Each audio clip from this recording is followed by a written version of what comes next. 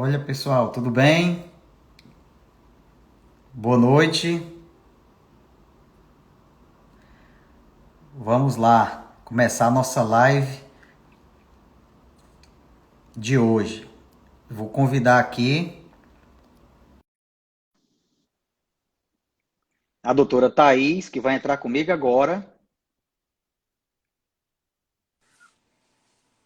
Doutora Thaís, tudo bem? Olá, tudo bem? Boa Ó, noite. tudo ótimo, tudo ótimo, tudo ótimo. Boa noite, querida. Primeiramente, eu gostaria de agradecer que você aceitou o nosso convite para participar aqui do nosso semanário no BND. Todas as quartas-feiras, às 8h45, nós temos esse semanário e nós trazemos sempre temas de interesse para os colegas que estão se preparando para concurso público. E eu, assim, pessoal, vou compartilhar para vocês que estão aqui já dando uma olhadinha, que eu fiz o convite à doutora Thais porque eu fiquei realmente muito impressionado, doutora Thais, com a sua compreensão do direito previdenciário, a sua capacidade, sua clareza. A Thais, curiosamente, para quem não sabe que é a história, ela é uma espécie de assessora, né, da nossa Associação dos Procuradores da Fazenda Nacional, e a Thais trabalha fazendo toda a parte de organização previdenciária e assessoria previdenciária dos procuradores. Né? Então, a Thaís faz todos os cálculos e aquilo que melhor se adequa para cada pessoa, individualmente considerada, né? E eu fiquei muito impressionado com o conhecimento, com a bagagem da doutora Thaís, e por isso, aqui eu fiz questão de convidar a doutora Thaís para falar sobre a reforma da Previdência nessa perspectiva do concurso público, né? Ou seja, os principais pontos de interesse para concurso público dentro dessa questão da reforma da Previdência. Doutora Thais, seja muito, muito, muito bem-vinda. Tá? Eu já vi que você preparou um roteiro assim bem forte para a gente compartilhar com os colegas que estão aqui. E, enfim, muito obrigado mesmo pelo convite, por aceitar o convite. Eu que agradeço, Walter, uma alegria. É bom quando a gente tem esses encontros na vida, né? A gente fui Exatamente. conversar contigo sobre sua vida previdenciária. Eu leciono direito previdenciário já há muitos anos e participei ativamente da reforma da Previdência.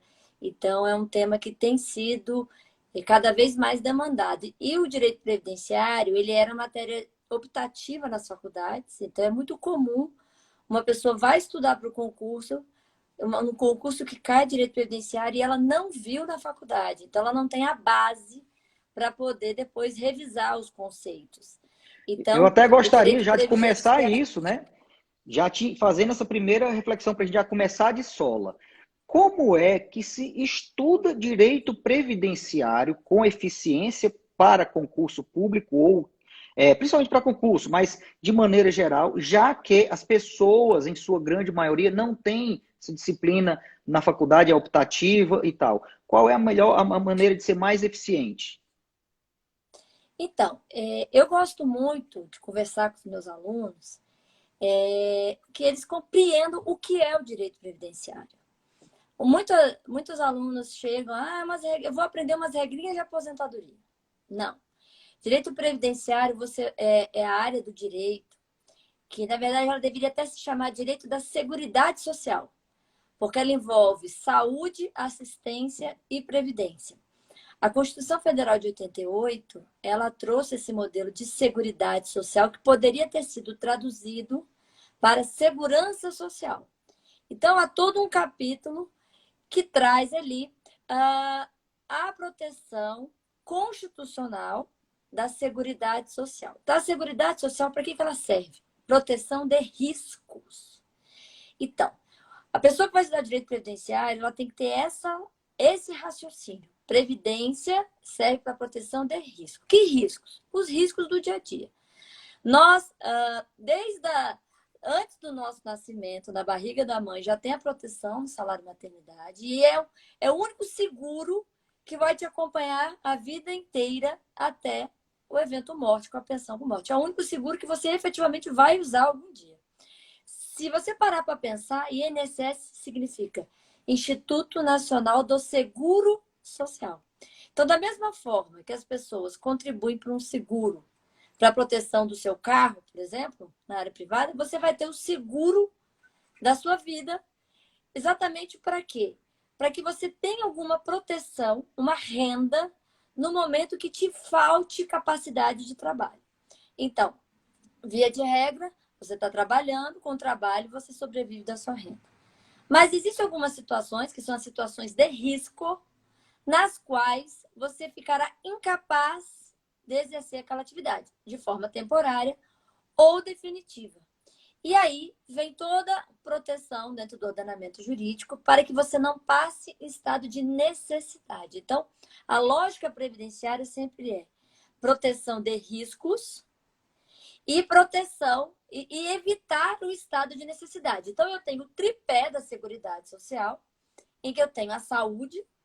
E por que esse tripé? Qual é a lógica de botar saúde com assistência com previdência? É que todas formam uma grande proteção de risco. Eu tenho a saúde, que tem ali a proteção preventivamente, né, de forma preventiva e reparadora em relação aos riscos da doença, da morte. Eu tenho a assistência social, que vai proteger aquelas pessoas que estão em estado de necessidade hipossuficientes. E a previdência, que é uma modalidade contributiva. Então, previdência só está protegido quem contribui.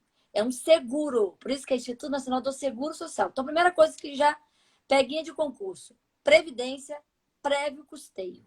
Então, só vai ter direito previdenciário, um benefício previdenciário, uma aposentadoria previdenciária, quem contribuiu. Quem não contribuiu, aí eu tenho assistência social. A assistência social também possibilita a aposentadoria, mas apenas para os idosos e pessoas com deficiências que sejam hipossuficientes. O que é hipossuficiência? É quando a pessoa não consegue ter uma renda suficiente para a sua sobrevivência, tampouco o seu núcleo familiar. Então, a família é a primeira proteção. Quando ela não consegue, entra o Estado. E aí a gente tem a assistência social. A assistência social, então, ela é não contributiva. Assim como a saúde. A saúde, ela é universal. Todas as pessoas têm direito a ir a um hospital público e ser atendida. Não vai ter uma distinção ali se a pessoa fez alguma contribuição ou não fez. Então, nessa lógica, que aí eu gostaria de partir desse raciocínio, então, com a cabeça raciocinando em termos de proteção de risco, eu vou ter sempre o quê? Essa lógica da Seguridade Social, em que eu tenho que ter a noção desse tripé, e a Constituição trouxe todo um título da ordem social. Assim como eu tenho a ordem econômica, eu tenho a ordem social. A ordem social tem como base o primado do trabalho, ou seja, é um valor. O trabalho é um valor para a nossa Constituição. E como objetivo, o bem-estar e justiça social. E o instrumento apto para alcançar esse bem-estar e a justiça social é a Seguridade. Que aí ela vem no artigo 193, 194, até o 204, com todas essas sub-áreas. Então, é importante a gente entender que direito previdenciário, ela trata todos esses ramos. O termo correto seria até direito da seguridade social. E ali, então, eu tenho, na legislação infraconstitucional, regulamentação. Então, eu tenho a Constituição já dispondo sobre todos esses pontos.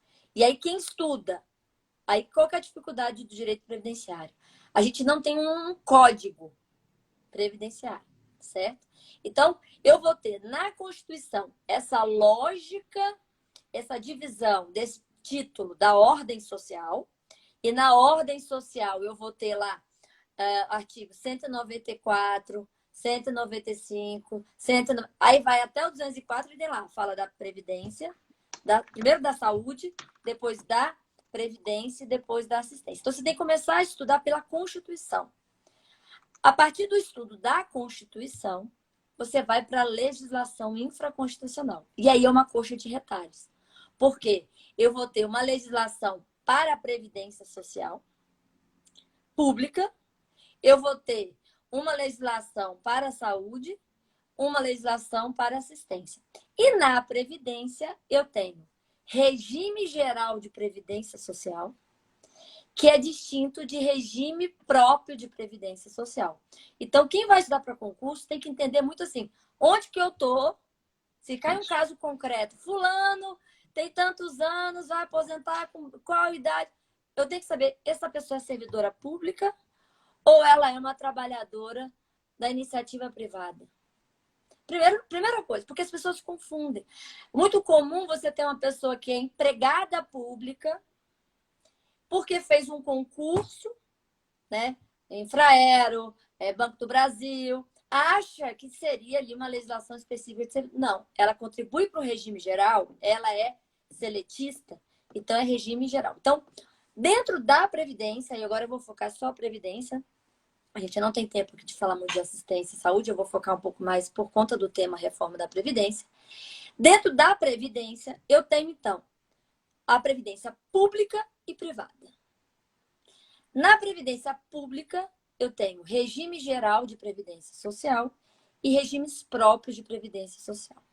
Regime geral são todos os trabalhadores da iniciativa privada, e aí envolve seletista, autônomo, que a gente chama de contribuinte individual.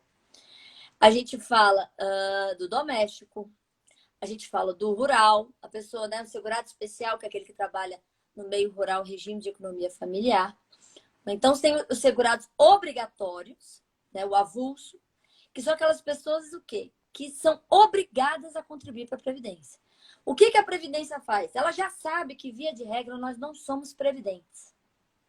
É muito difícil a pessoa, naturalmente, já se ficar pensando, quando eu for idosa, eu não vou conseguir trabalhar, amanhã eu posso morrer. Então, o que o Estado fez? Ele te obriga a tirar um pedacinho da sua renda enquanto você tem saúde e pode trabalhar e te obriga a contribuir para um sistema contributivo que é a Previdência. Então, eu tenho ali toda uma legislação de custeio, que aí quem vai estudar já tem que saber mais essa subdivisão. Então, eu tenho regime geral, todos os trabalhadores da iniciativa privada e alguns servidores que não têm um regime próprio. O regime próprio, o que aconteceu? A Constituição autorizou que a União, Estados, DF e municípios criassem seus regimes próprios. A reforma da Previdência agora proibiu que sejam criados novos regimes próprios, certo? Foi uma mudança já importante.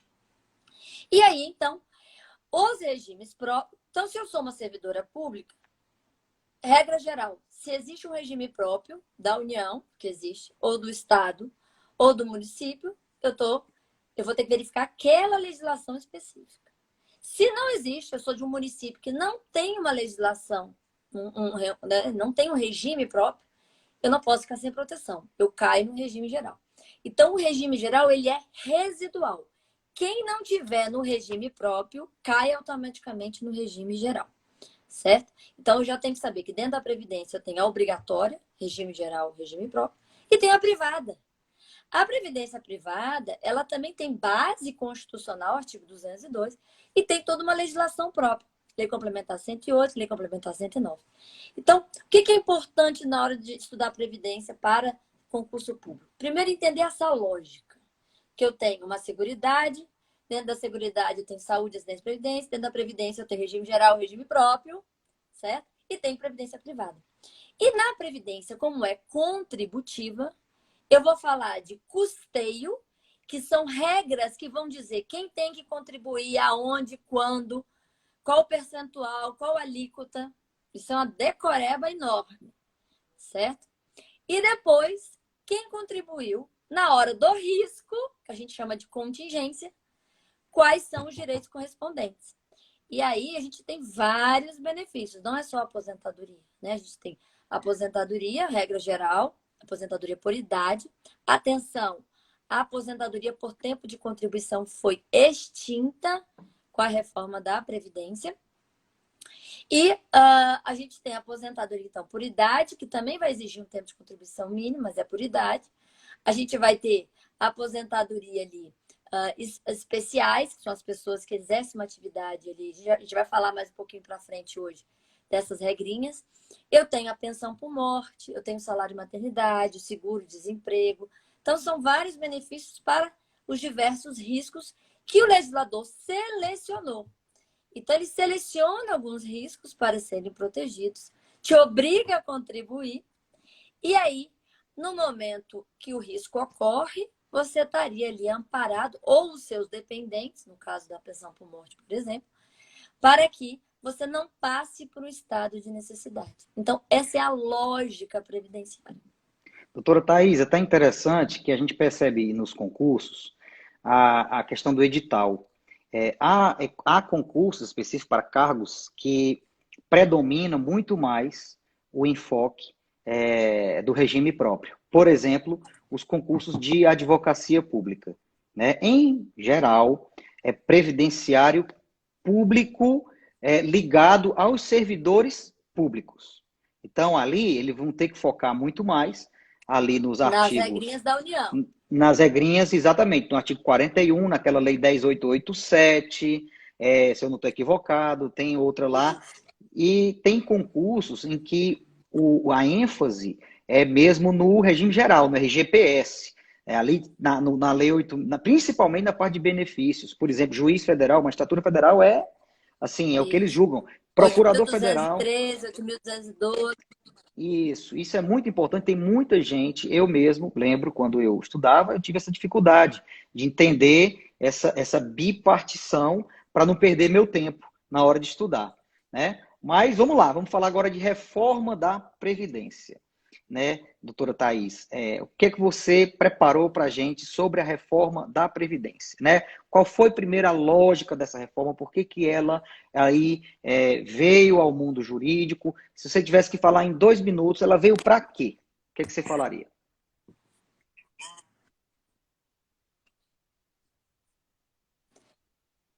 Então, essa reforma da Previdência, ela teve um viés financeiro. Reduzir a despesa previdenciária.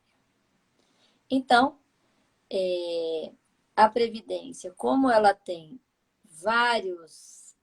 o Brasil tem um alto risco, ele tem um alto risco no trabalho, ele tem um alto risco da desigualdade social inerente à nossa realidade brasileira, e as pessoas foram ficando mais velhas, estão vivendo mais e tendo menos filhos. O que aconteceu foi que houve uma pressão, já de algum tempo, para que essas regras fossem revistas para reduzir o tamanho da despesa pública previdenciária. Então, foi uma reforma que alterou substancialmente requisitos para aposentar, para os benefícios, e ela desconstitucionalizou alguns direitos e constitucionalizou obrigações, certo? Então, ela pegou mais firme na parte contributiva, aumentou alíquotas contributivas para quem é obrigado a contribuir, e, por outro lado, fez faixas, né? E, por outro lado, criou requisitos mais rígidos para a aposentadoria. E um ponto que é muito relevante, que todo mundo tem que se atentar, ela alterou substancialmente as regras de cálculo. E aqui onde foi a maior economia da reforma. Então, as pessoas vão trabalhar mais tempo e vão receber menos no final. Porque é uma fórmula de cálculo que ela vai levar em consideração toda a sua vida contributiva. Então, aquele primeiro emprego que você teve lá atrás, ele entra, ele baixa a sua média. E depois é uma alíquota de 60% mais 2% a cada ano que passe 20 anos. Então, você só consegue ter 100% da média depois de 40 anos de contribuição. E a regra anterior, a média das 80% maiores. Né? Então, aí já... o que significa? Que com essas novas regras, a pessoa vai contribuir mais e vai ter ali, vão ter valores menores das pessoas em relação às suas aposentadorias. O servidor público, mais uma vez, foi o que pagou mais, tá? E aqui o servidor público tem sido constantemente ali alvo das reformas, porque ele veio... Aqui é uma outra coisa que quem faz concurso tem que entender a história do direito previdenciário, porque quando as pessoas falam assim, é um absurdo o servidor público aposentar em altos salários, não sabe que ele também contribui em valores maiores, né? E veio todo de um histórico diferenciado e tudo. Então, em relação à reforma, ela teve esse viés de economia. E aí tem uma crítica que a gente faz, todos nós previdenciaristas, é que foi uma reforma que altera regras de proteção do risco, mas não foi feita a análise do risco. Qual é o risco, Brasil? Qual é o risco das pessoas? Então, as novas idades mínimas, na regra geral e nas regras especiais, elas não têm base científica. Elas não vieram de um estudo mostrando, olha, qual é a média que o brasileiro se incapacita para o trabalho pela idade, por exemplo, que seria o dado que a gente deveria ter. Não tem, ela é uma reforma que não tem cálculo atuarial. Então, a gente brinca que foi a reforma da planilha do Excel. Ela teve esse viés. Toda vez que a gente ia lá no Congresso e sugeria alguma alteração ou explicava algum equívoco, eu nunca me esqueço. Eles iam lá dentro, calculavam, não, isso aqui vai dar X bilhões de diferença. Então, tem esse viés financeiro. Então, por que eu estou falando isso? Quem estuda direito previdenciário tem que entender cálculo. Claro que existem hoje ferramentas, né? Quem advoga na área previdenciária utiliza de ferramentas de cálculo previdenciário, mas quem faz concurso tem que entender pelo menos o raciocínio para se chegar num determinado valor do benefício. Então, porque você tem que entender quando vai ocorrer a aposentadoria, em que valor, para você identificar qual é o melhor momento ali para a pessoa dentro de um planejamento previdenciário, quando dá para fazer planejamento previdenciário, porque às vezes a pessoa fica incapaz para o trabalho e ela vai cair numa aposentadoria por invalidez, que, por exemplo, na reforma da Previdência tem a mesma fórmula de cálculo da regra geral, que eu acho um equívoco muito grande, porque não é uma aposentadoria programada, né? Uma aposentadoria ali, a pessoa não optou em aposentar, né? Então, a reforma da Previdência teve esse viés, houve uma pressão muito grande do mercado financeiro também para eles passarem essa reforma, e foi a maior reforma constitucional da história, né? Pós-constituinte, obviamente, porque ela abrangeu muitos temas. E o debate, sabe, Walter, foi muito, muito raso, porque as pessoas falaram assim, a favor ou contra a reforma. E foram muitas alterações. Poderia ter alguns aspectos positivos e outros negativos. E as discussões ficaram muito simplificadas e, na prática, é um tema que é complexo, previdência, porque você tem 1000 situações. É uma área que, ao mesmo tempo, ela é social, mas ela é muito técnica. E aí, a gente teve um prejuízo nessa reforma de vários equívocos técnicos que vão ter um reflexo de um prejuízo social para a população. Isso é bom, isso é ruim, tinha que economizar. Não vou entrar nos argumentos pró e contra a reforma. Mas o que eu quero que assim, a gente consiga hoje deixar muito claro é que a reforma veio alterando substancialmente. E aí, a gente vai ter que estudar a Emenda Constitucional 103 de 2019.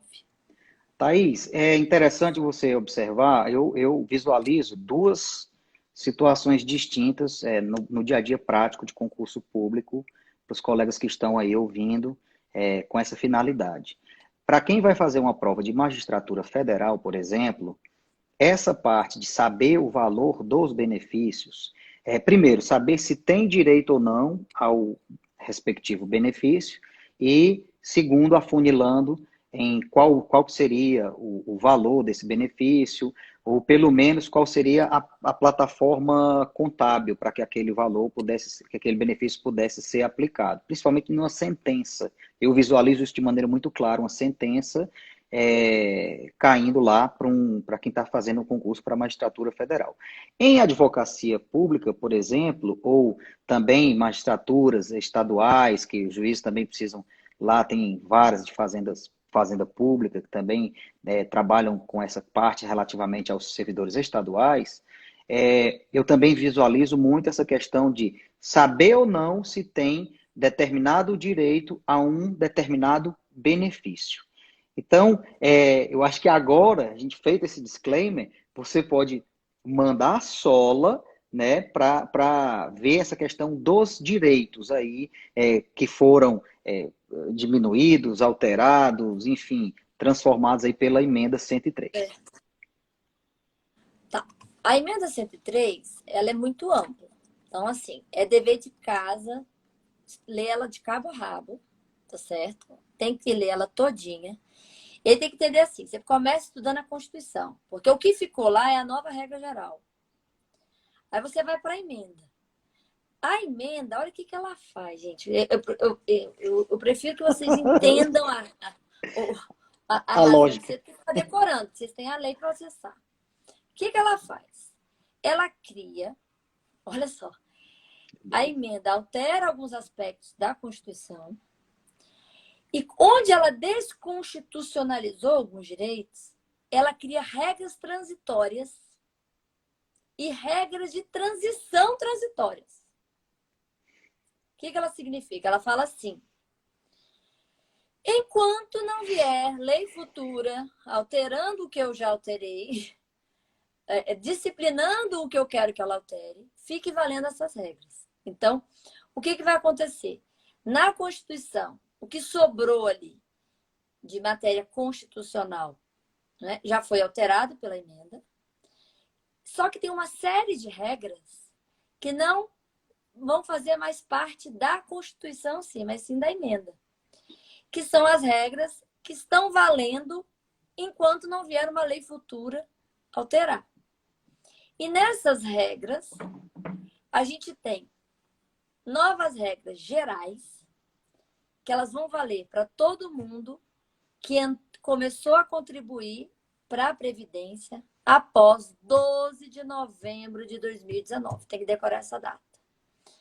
2 de novembro, né, que foi quando houve a publicação lá da reforma da Previdência, promulgação. A gente vai ter, então, quem não contribuía, cai automaticamente as novas regras. Quem já estava contribuindo, eu tenho duas situações. Ou eu já tenho direito adquirido às regras anteriores. Em direito previdenciário, como é que a gente entende o que é direito adquirido? Simples. Na data da alteração da regra, eu vou verificar se a pessoa já tinha cumprido todos os requisitos da regra anterior. Se ela já tinha cumprido todos, direito adquirido. Se faltava um dia, expectativa de direito. Então, não é da data, atenção, mas não é da data que eu entro com requerimento administrativo. É a data da contingência, do risco. Ou seja, na data da alteração, se eu já estava incapaz para o trabalho, por exemplo, mas eu não tinha entrado ainda com pedido no INSS, eu não tinha feito meu pedido no meu RH de servidor público, eu já tenho direito adquirido à regra anterior. Se eu fiquei doente, incapaz para o trabalho, após a reforma, aí já estou na nova regra. Então, dependendo de cada situação de risco, você vai olhar. Morte. Morreu antes ou morreu depois. Agora, as aposentadorias voluntárias, que é quando você vai cumprir os requisitos, na data, eu já preenchi os requisitos anteriores, a gente falaria ali de servidor público, emenda constitucional 41, emenda constitucional 47, que eram as regras de transição anteriores, direito adquirido. Precisa sair correndo para aposentar? Não. Ela é voluntária. Na hora que a pessoa quiser ir, ela prova que na data da alteração, ela já tinha direito adquirido. Certo? Agora, quem já estava contribuindo, então, mas não tinha direito adquirido, estava adquirindo o direito com base na regra anterior, nós temos regras de transição. E aí, que trouxe uma complexidade muito grande para quem vai estudar para concurso público agora, porque o universo de possibilidades de perguntas ampliou exponencialmente. Por quê? Primeiro, olha só, além de ter desconstitucionalizado, essa reforma, ela até foi uma estratégia política na época. Ela alterou as regras dos servidores da União e manteve ali, preservou a autonomia dos estados e municípios. Então, por exemplo, eu que moro no Distrito Federal, eu tenho aqui servidores públicos que ainda usam a emenda constitucional 41, emenda 47, porque não está valendo para eles a regra, grande parte das regras da reforma. Já um servidor público federal como Walter já está na nova regra.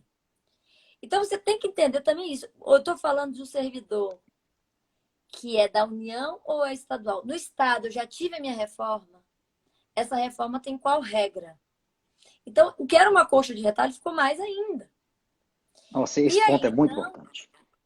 Muito Então, importante. a depender se é um concurso estadual, por exemplo, eu vou ter uma regra diferente, entendeu? Então, por isso que, assim, mais do que a decoreba que vai exigir, e aí eu já adianto, eu vou ter 5 regras de transição no regime geral e 2 regras de transição no regime próprio. Vai ter que decorar? Vai ter que decorar. Sem consulta, vai ter que decorar.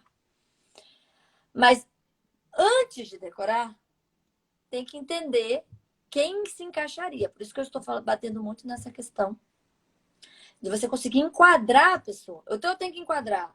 Primeiro, se ela está no regime geral, se ela está no regime próprio. Depois, ela já estava contribuindo para a Previdência ou não? Depois, ela é federal, se for servidor, é federal, é estadual, é municipal. Eu posso ter um municipal que, inclusive, não tem regime próprio, ele vai para o seletista. Então, ele contribui para o regime geral. Então, o direito previdenciário em si ele não é difícil, ele é complexo. Porque você tem que conseguir entender as várias caixinhas. Gradativamente tem ocorrido uma aproximação entre os regimes. O regime geral e o regime próprio têm ficado cada vez mais parecidos.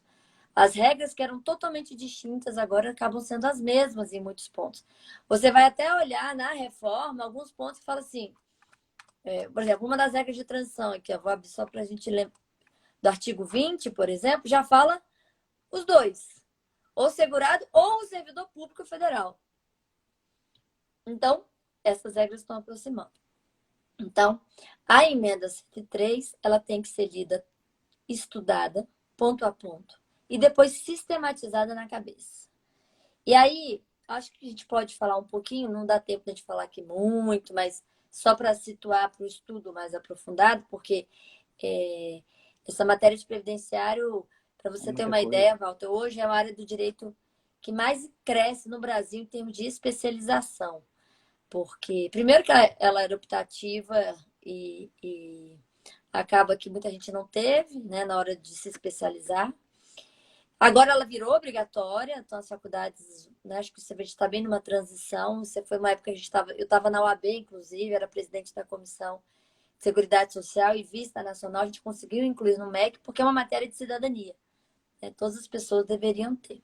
Mas, de qualquer forma, aqui, na emenda, o que a gente tem que entender?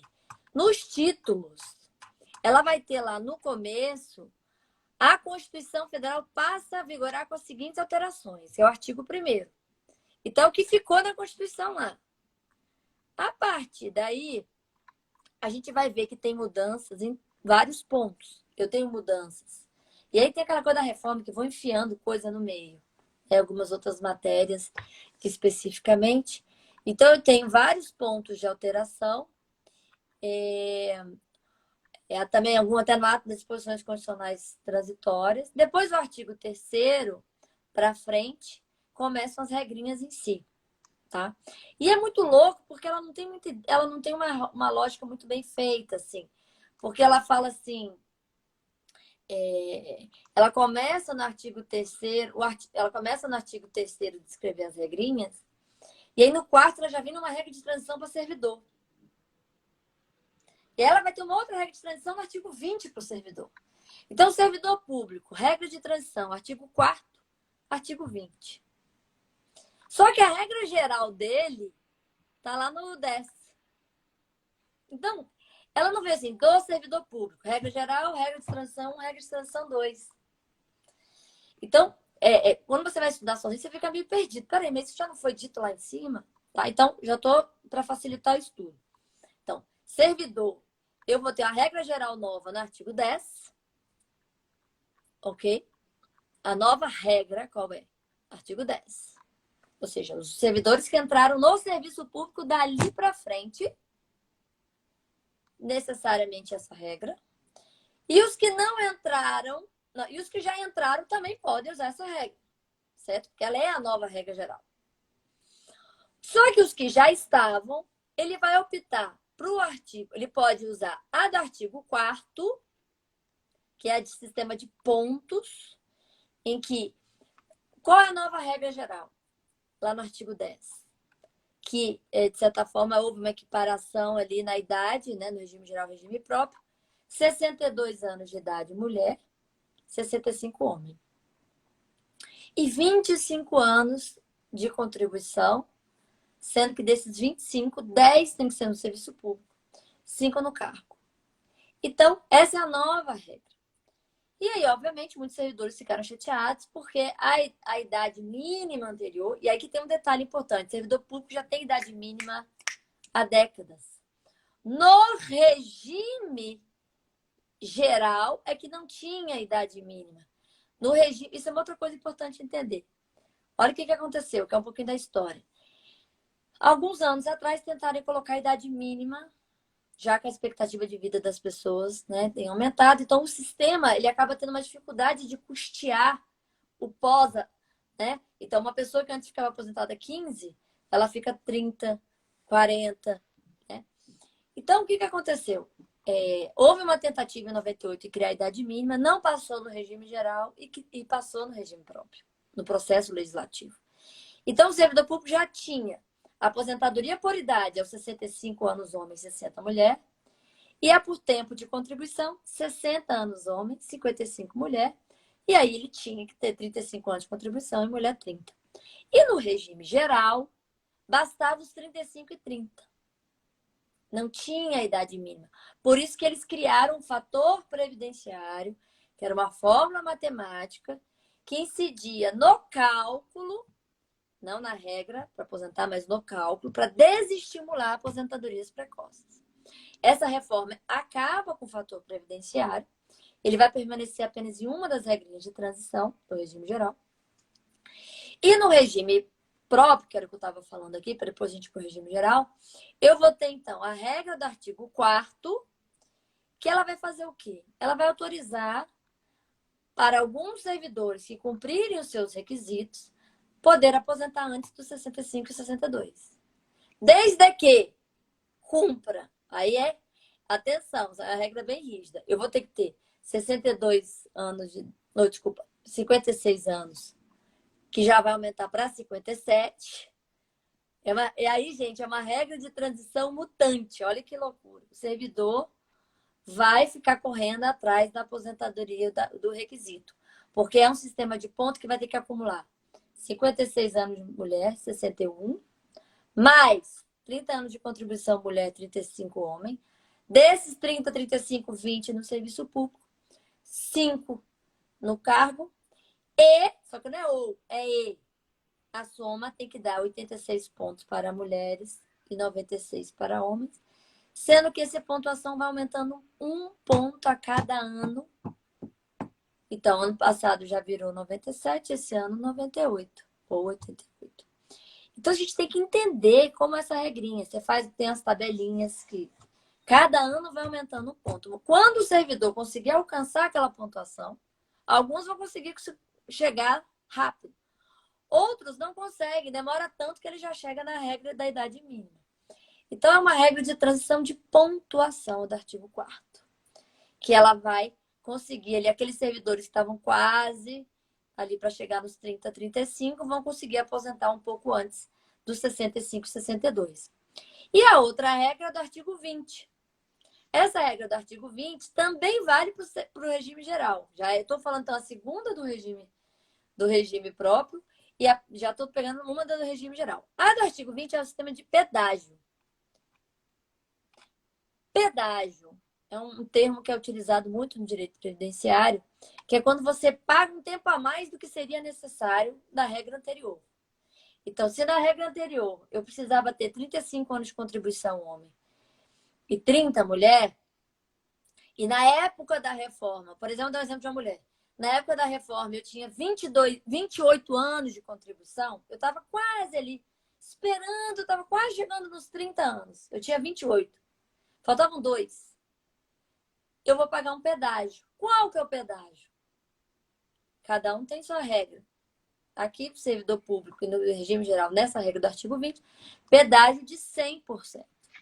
Então, faltavam 2, eu cumpro mais 2, 4. Paguei o pedágio, certo? Só que essa regrinha também te vinculou a uma idade mínima. Então, o artigo 20, ela veio até na discussão legislativa, entrou depois, antes só tinha artigo 4, servidores, e ela fala o seguinte, que o servidor público ou segurado do regime geral que acumule 57 anos de idade mulher, 60 homem, 30 anos de contribuição mulher, 35 homem. Desses 30, 35, 20 no serviço público, 5 no cargo. Desde que pague o pedágio de 100%, eu deixo aposentar antes. Então, vamos imaginar aqui uma mulher que, na época da reforma, ela estava com 28 anos de contribuição e 55 de idade. Ela já estava ali com a idade, estava esperando os 2 anos para completar, para aposentar. O que ela vai acontecer? O que vai acontecer? Ela vai ter que pagar mais 2 anos, 4, e aí ela já vai ter passado os 57, 58, 59. Então, ela na verdade, pagou um pedágio e ficou mais tempo. Outros casos, eu pago o pedágio, mas eu ainda não tenho 57. Então, ele me amarrou no 57 ou 60 para os homens. Então, são requisitos que se acumulam, ok? Então, servidor público, nova regra geral no 10. E aí eu tenho regras de transição do quarto de pontos e o artigo 20 o pedágio. Sendo que esse do pedágio também vale para o regime geral. Quando eu vou para o regime geral, aí eu vou ter, então, regrinhas aqui na emenda 103, no artigo 15, 16, 17, 18 e o próprio 20, né? 19 e o 20. E aí eu tenho 5 regrinhas de transição. Essa do 20 que eu já falei, né? A nova regra geral do regime geral, ela também é 62 anos e 65, só que 15 anos de contribuição para mulheres e 20 para homens. E aí tem uma coisa importante. Quem não vê o dia a dia de previdenciário, acha que é pouco, né? 15 anos é muito pouco. Walter, você acredita que o brasileiro, como ele tem muita dificuldade de trabalho formal, ele trabalha muito, mas muito informal, sem contribuir, ou a empresa não contribui, é muito difícil. As pessoas já na aposentadoria, depois chegam aos 65 e mal conseguem provar 15 anos. Então já era algo difícil. E aí eles tentaram aumentar para 20, e aí vários estudos técnicos mostraram que se isso acontecesse, acho que 40% dos homens não iam conseguir aposentar nos 65, 70% das mulheres. E aí houve uma certa alteração. E aí eu vou ter, aí atenção, regime geral.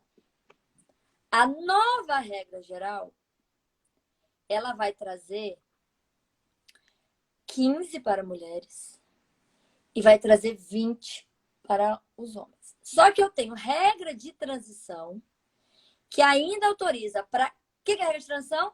Quem já estava contribuindo na época da reforma. 12 de novembro de 2019. Quem já estava contribuindo, homens ainda conseguem aposentar com 15 anos de contribuição.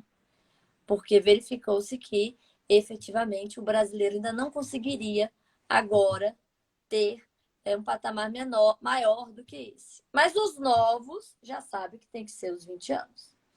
E aí, nas regras de transição, eu vou ter, então, o artigo 15. O artigo 15, ele vai trazer uma regra de transição para quem já estava contribuindo, e ela vai trazer ali uma regra de transição para quem estava na expectativa de aposentar por tempo de contribuição, que era uma modalidade que ainda era possível no regime geral, sem idade mínima. Aí eu vou ter que acumular 30 anos de contribuição mulher, 35 homem, e a soma idade e tempo de contribuição tem que dar 86 pontos para mulheres, 96 para homens, e esse ponto vai aumentando também até chegar a 100, 105, tá? Então, é uma regra de transição ali, mas que vai relativizar a idade mínima para aqueles que estavam na expectativa de aposentar sem uma idade mínima, né? Também vai ter, no artigo 16, a possibilidade de aposentar com 30, 35, com uma idade mínima de 56 e 61. E aí, no caso, também quem estava na expectativa de aposentadoria por tempo de contribuição, só que aqui já fixou uma idade mínima, é uma idade mínima menor que os 62 e os 65, não é? E essa idade mínima também vai aumentando 6 meses a cada ano. É como se fosse uma regra de transição ali, em que vai autorizar a aposentadoria em idade mínima menor, mas ela vai uma hora chegar na regra geral. Então, são regras de transição mutantes. Isso que tem que Nossa. entender, não dá só para decorar. Sabe o que é difícil? A gente que estuda para concurso, a gente costuma classificar as emendas constitucionais em emendas constitucionais suaves e emendas constitucionais sacanas. As suaves são aquelas emendas constitucionais que alteram o texto da Constituição e você não precisa se preocupar em ler absolutamente nada na emenda. Ela é muito sacana. Por quê? Ela vai até o artigo 2º dela, o primeiro e o segundo, ela é suave. Ela altera diretamente os dispositivos da Constituição. Você vai lá nos dispositivos da Constituição, no texto básico, do primeiro ao 250, já vai estar a alteração apenas com a indicação de que foi alterado pela 103. O problema é que ela tem mais 33 artigos ali isolados, como apêndice, né, da Constituição. Como apêndice da Constituição. São mais 33 artigos. Então, é como se a Constituição agora tivesse engordado. E não só isso. Ele engordou e aumentou a complexidade. Porque nós vamos ter que ler sistemicamente, para quem é do regime próprio, aquelas regrinhas lá dos artigos 38, 39, 40, 41, associado aos dispositivos da emenda, né, do artigo 3º até o 36, que tratem de regime próprio. E para quem está mexendo com o regime geral, em concurso público, vai ter que associar a leitura lá dos artigos 190 e tanto, 200 e tanto, com os artigos aí da emenda 103 que tratam do regime próprio. Então, realmente, essa é a sacada, para mim, grande sacada, aí de quem vai estudar para os concursos públicos à luz da reforma da Previdência. É saber fazer esse estudo, digamos assim, sistematizado, né, do texto, do corpo central da Constituição, com essas regras que estão aí especificamente na emenda, que você vem falando. Porque são regras que dá para perguntar no concurso, tanto decoreba quanto raciocínio. Então, se você não entender, se você só decorar, mas não entender, você não consegue fazer o raciocínio.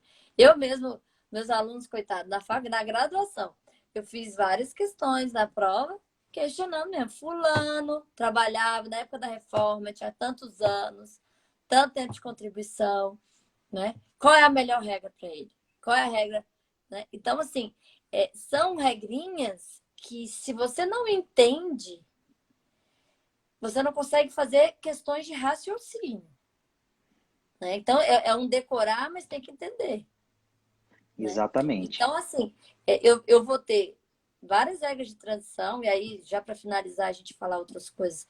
Eu tenho do artigo 18 também, que é da idade mínima, que antes já era 65 e 60, então ela mantém essa aposentadoria por idade pura, que era antes, que era só 15 anos de contribuição, que era exigido.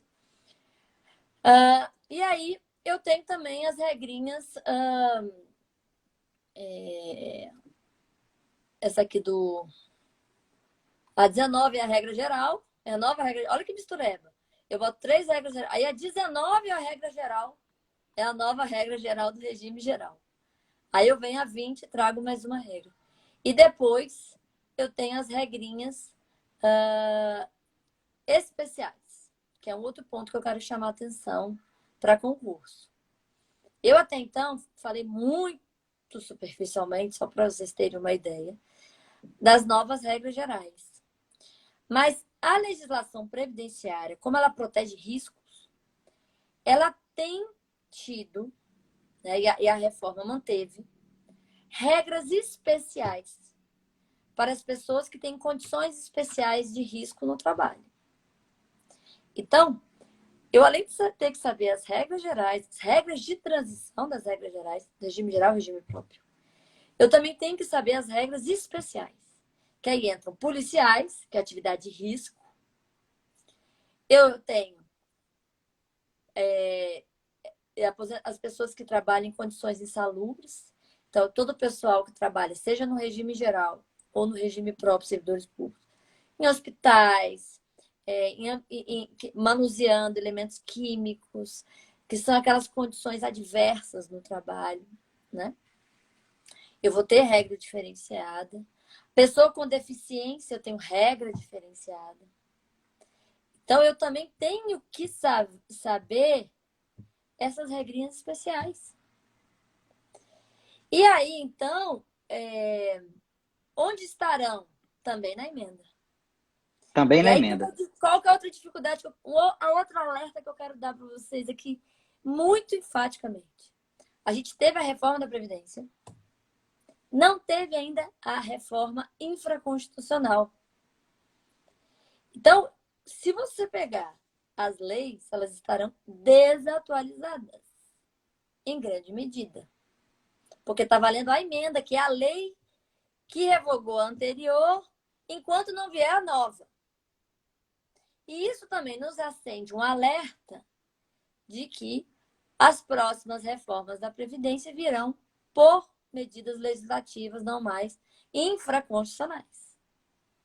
Porque a própria Constituição autorizou. E aí eu tenho essas regras especiais. Então, policial, eu tenho regra nova e regra de transição também. Aposentadoria especial, pessoas insalubres, eu tenho nova regra de transição. As pessoas com deficiência, elas conseguiram manter a regra anterior do regime, porque elas tiveram uma lei complementar número 142, que é relativamente recente, né? Se não me engano foi 2012, 2013, que eles conseguiram manter, né? E todas essas regras, elas têm a sua face na legislação infraconstitucional. Aí olha só agora, hein, Walter, tá sentado, né? Eu não tive a infraconstitucional e eu já tive a alteração do decreto 3.048, que é o decreto que regulamenta 8.202 e 8.213, sem elas serem alteradas. Porque o governo veio com o decreto e... Então, eu tenho um decreto que está mais atualizado do que a lei. Que ele regulamenta. Porque ele regulamentou. Na verdade, ele regulamentou, em parte, o que manteve do 8.213 e já regulamentou o que estaria na lei lá da parte da emenda que é lei. Que a emenda ela é uma parte constitucional e uma parte lei. Olha que interessante. Então, é exatamente, eu acho que assim, a live de hoje seria impossível nós falarmos de todas as regras, até porque nós temos só 5 minutos para o encerramento, mas eu acho que se a gente pudesse assim dizer, ó, toma cuidado com isso, quem está aqui assistindo a live que estuda para concurso. É aquela questão que eu falei, essa emenda é uma emenda covarde, né? O nível de covardia no mais alto nível, nesse aspecto de dificultar para o concursando, para aquele que estuda para concurso. Por quê? Porque ela não alterou a Constituição apenas, ela alterou parte dela, alterando já o dispositivo da Constituição, que você não vai ter que se preocupar, porque você vai ler lá no corpo central, na hora que você estiver folheando e estudando sua Constituição, com a indicação de que aquele artigo foi alterado pela emenda 103. Mas eu vou repetir porque uma colega pediu. Fala de novo, professor, sobre isso. Então, vocês têm que ter cuidado com isso. Primeiro, a emenda 103, ela é um plexo de normas que, nos primeiros dispositivos dela, ela alterou diretamente a Constituição, há vários dispositivos da Constituição, então não há tanta preocupação em relação a essa primeira parte, porque a própria Constituição já está alterada. Já está alterada. Mas tem 33 artigos da emenda que devem ser estudados parte, junto, sistemicamente, com a leitura do corpo central da Constituição. É isso que a professora aqui está falando para ter toda essa atenção ao fazerem esse estudo. Porque não adianta só estudar o corpo central da Constituição. Tem que estudar a emenda 103. E o principal ponto agora, de mais afunilamento ainda, de maior nível de dificuldade ainda, é o fato de que esta emenda ela tem no seu corpo normas que não têm uma característica constitucional. São normas que, embora estejam na emenda constitucional, possuem uma feição infraconstitucional. E aí tem que ter o cuidado, porque, em parte, ela revoga o que está na legislação infraconstitucional. Então, a legislação infraconstitucional, vamos supor, 8.213, ela continua, só que tem alguns pontos dela que a emenda revogou. Então, você tem que fazer essa análise em conjunto, porque se for direto na lei, pode pegar algo errado. Você tem que ver assim, isso aqui não foi alterado na emenda? Então mantém. Isso aqui foi alterado pela emenda? Mantém. E aí, para finalizar, para vocês não ficarem bravos comigo, mas outro ponto de atenção é que esses temas, obviamente, estão sendo judicializados. Existem, a última vez que eu li, acho que 8 ou 9 ADIs no Supremo sobre esses temas. Estão sob a relatoria do ministro Barroso. Então, também tem que estar atento, porque se tiver algum julgamento, alguma coisa, pode cair no concurso também. Então, existem várias ADIs tratando desses temas, porque como as alterações foram muito fortes e não teve essa devida análise atuarial, nem análise de risco, então há alguns princípios constitucionais que se entendem ali terem sido violados, né? Até algumas situações de princípio da vedação do retrocesso, etc. Então, também é importante ficar atento nos próximos capítulos aí, né? A gente já começou tanto na infraconstitucional quanto também no aspecto ali na questão contenciosa, controle concentrado com difuso. Então, a gente já tem algumas decisões nos tribunais e algumas decisões ali nos tribunais regionais do Brasil todo e essas ADIs do Supremo. No Supremo, a gente ainda não teve nada substancial, mas é algo que merece atenção e que a gente sabe que também cai em concursos essas questões de jurisprudência. Então, primeiro é compreender bem e ficar de olho no que pode ali ser revisado. E existe também, só para a gente finalizar, uma PEC paralela, que é a PEC 133.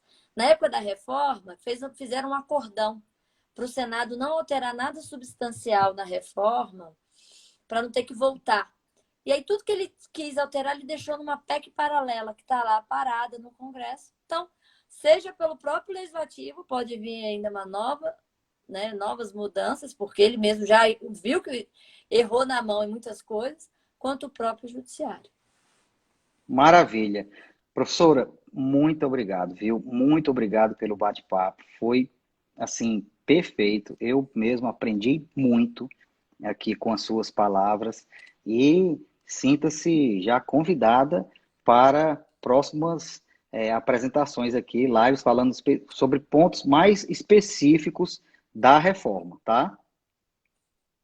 A gente não falou ainda de pensão, tem um monte de regrinha ainda, mas assim, hoje, com o tempo que a gente tinha, a ideia era só ter essa noção, esse raciocínio dentro do direito previdenciário, para a partir daí poder ir nos livros e pegar livro muito atualizado, pós-reforma, conseguir entender. Então, eu te agradeço muito pela tua confiança, conte comigo sempre. Agradecer também a todos que estiveram aqui conosco, vencedores, porque concurso ali não é para fracos, a gente sabe que é uma via crucis, então não desistam, continue aí estudando, vai dar certo e contem comigo porque vocês precisarem. Valeu demais. Um abraço, pessoal. Muito obrigado pelo comparecimento e pela audiência. Fiquem todos com Deus. Um abraço. Um abraço.